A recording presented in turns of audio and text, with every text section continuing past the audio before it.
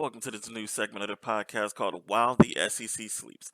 We're covering all the football from the Mountain West and Pac-12 that happens after the East Coast is going to sleep and stop paying attention to college football.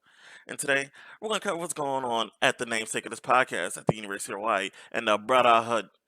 We're going to pay some bills and get right back to y'all, alright? During this brief intermission, I just wanted to remind all our listeners that we're available on Anchor, Spotify, Apple Podcasts, Google Podcasts, YouTube, and we also have a Twitter account where you guys can interact with us and catch up with us, see our ideas on some things happening between our podcast episodes. Links will always be down in the description. And now back to the action. All right, now, if you've been paying attention to college football out west, you may have seen Brotherhood pop up around here and there, you know, as Hawaiians have their own accent and dialects of the way they speak. University of Hawaii decided, doing this rebranding after getting rid of Todd Graham and the horrible stain he put on the program, they decided, to reach forward into their roots of the community that builds the school up. And they decided, let's let's just let's just be who we are. And Brotherhood has been spreading around. The players have been using it. Coaches who are associated with the program have been using it. Other athletes who grew up in Hawaii in various sports have used it, such as Marcus Mariota, who didn't play for the University of Hawaii, but he's from the island. Let's Colton Wong, and yeah, Tua Tagovailoa, and the likes and such. And the school is trying to turn a new stone and get back to their winning ways within the Mountain West Conference when they were informally the Western Athletic Conference. They're trying to make moves and move forward. And one of those moves to try to move forward and rebrand and bring back that Hawaii feeling was they were going to try to recruit their old coach, June Jones. This is the man who was responsible for all their winning ways under Timmy Chang and Colt Brennan. R.I.P. to the God. And they thought they were going to be able to get June Jones, but it seems like, some of the terms of the deals that the board of regents and trustees at the University of Hawaii and June Jones, things just didn't line up. A couple big things like, June Jones, he wanted to come back on a 5-year deal versus the school only wanted to give him a 2-year deal.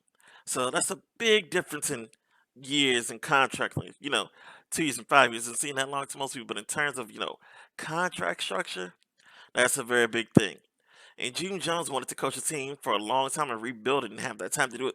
So much to the fact that he even was going to make sure that in the event they wanted to fire him, there would be no buyout payments of any such as you guys have seen, these schools around college football and basketball and paying out these wide variety of sums to tell somebody you don't coach here no more.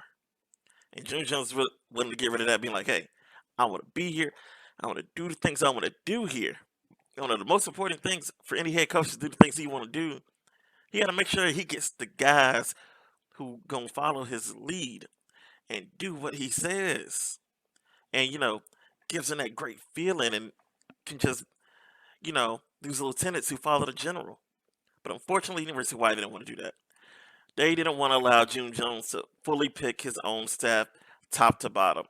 And that created a problem. And as if you're looking on screen, you can see here that they put out University of Hawaii put out a statement that they weren't able to come to terms with June Jones.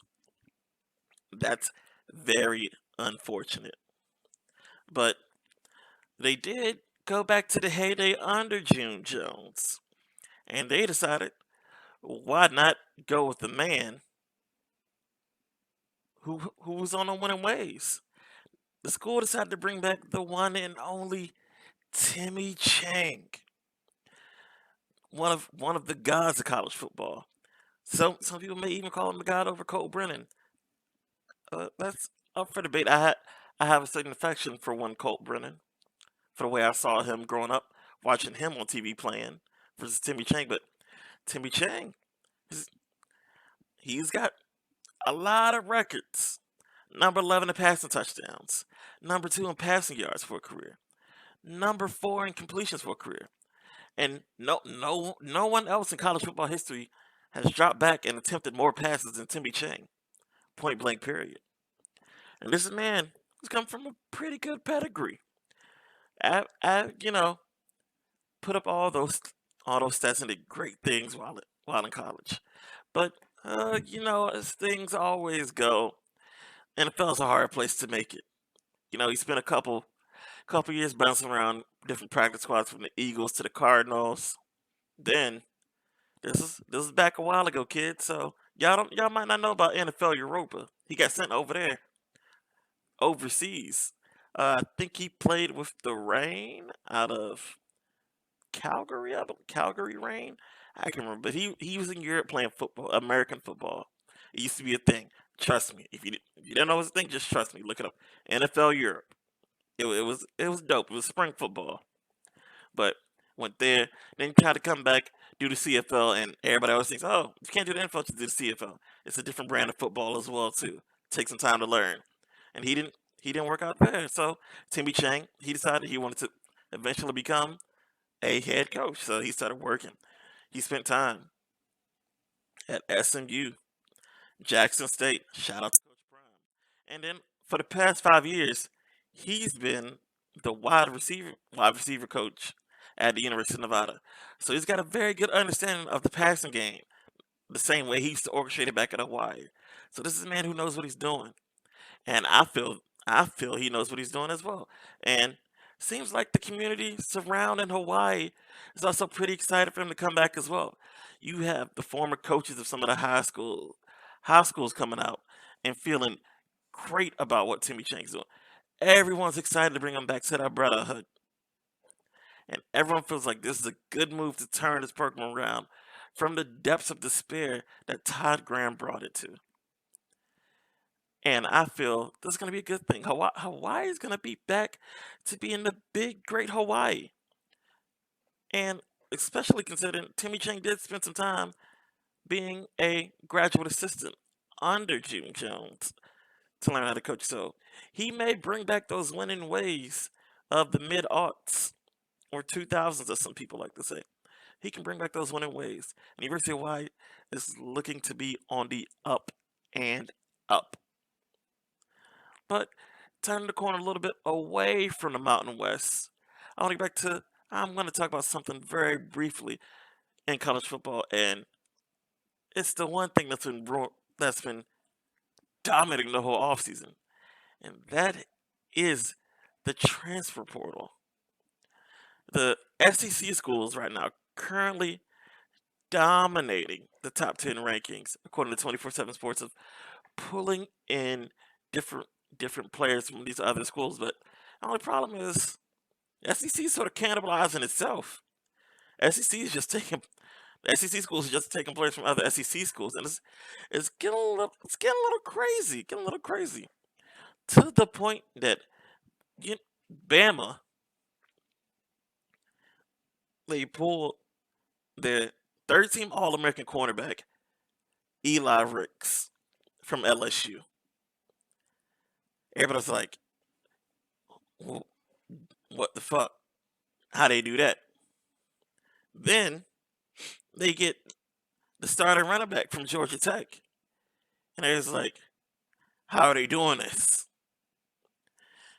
Then, and the shocker of all shockers, behind Brett Bowers, they get the leading receiver for the University of Georgia to come to the University of Alabama.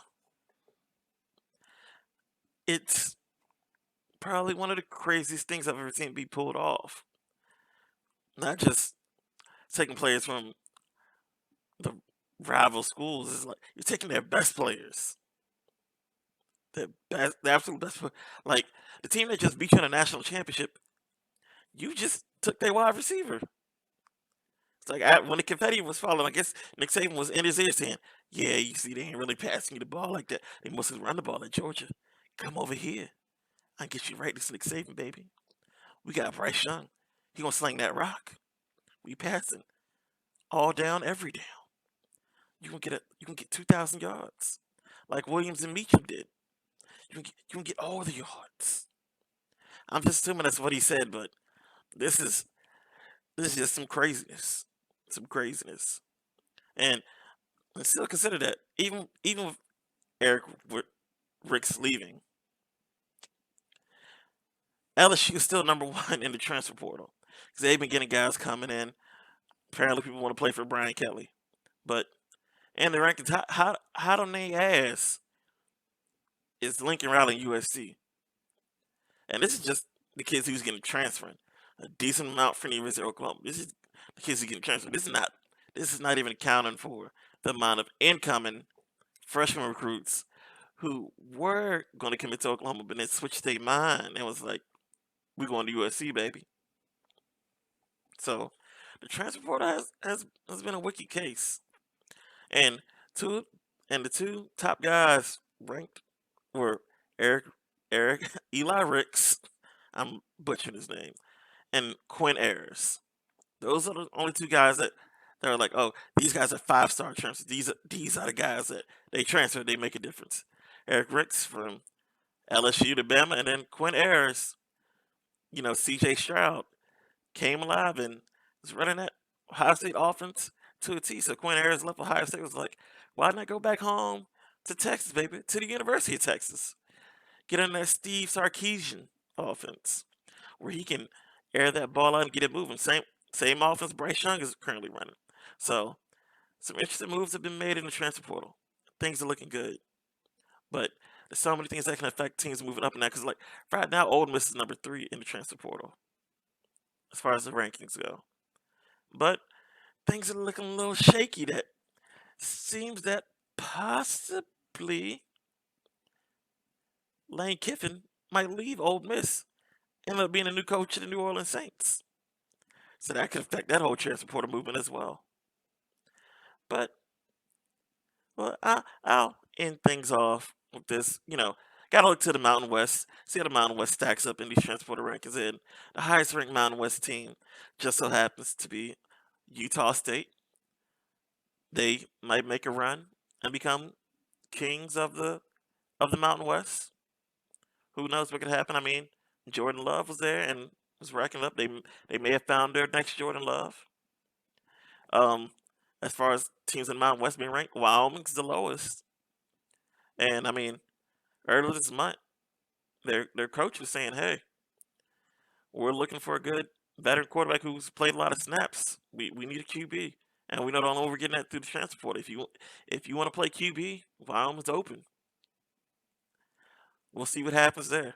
But this is the end of the segment for While the S.E.C. Sleeps. I'll catch you next time, people. What's up, world? This is the Up Watching Hawaii podcast. I'm Smurf. And it's your guy, Sai, and we watch the games that you can't stay up to. And we also watch the combat sports as well. We are hosted live in the SayLess podcast Discord server. Shout out to the SayLess podcast of Kaz, Lowkey, and Rosy. And we are also affiliated with the Otaku Fight Club podcast, hosted by yours truly. And we are also affiliated with the Sips Tea podcast, hosted by Genesis and C Saint, a rapper and a battle rapper out of Buffalo, New York. All the links to everything described here in the bottom of the description.